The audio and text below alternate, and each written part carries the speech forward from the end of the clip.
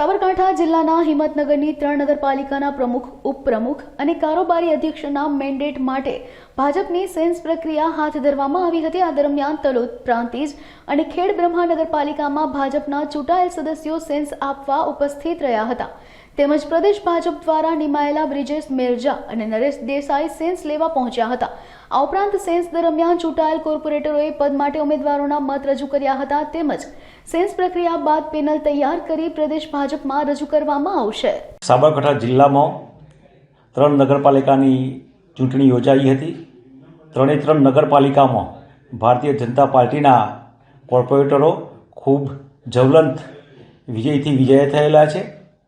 આજે 3 નગરપાલિકામાં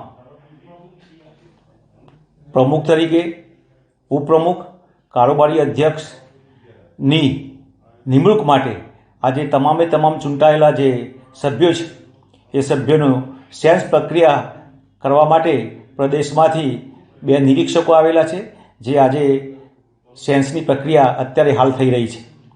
ખેડબ્રહ્મા નગરપાલિકામાં કુલ 28 સીટમાંથી 17 સીટો એ ભારતીય જનતા પાર્ટી જીતી હતી અને ત્યાં એસટી સ્ત્રી અનામતની સીટ છે।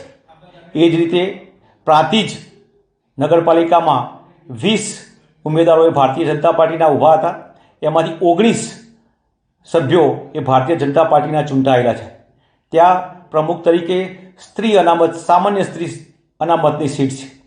એ જ રીતે તલોદમાં પણ ટોટલ 24માંથી 22 સભ્યો ભારતીય જનતા પાર્ટીના ચૂંટાયેલા છે। તલોદ નગરપાલિકામાં એ એસસી સ્ત્રીની એ સીટ અનામત છે। આ રીતે આજે જે સેન્સ પ્રક્રિયા થશે એ સેન્સ પ્રક્રિયાના આધારે આગામી સમયમાં એ તમામ 3 નગરપાલિકામાં એ પ્રમુખ, ઉપપ્રમુખ અને કારોબારી અધ્યક્ષની નિમણૂક થવાની છે।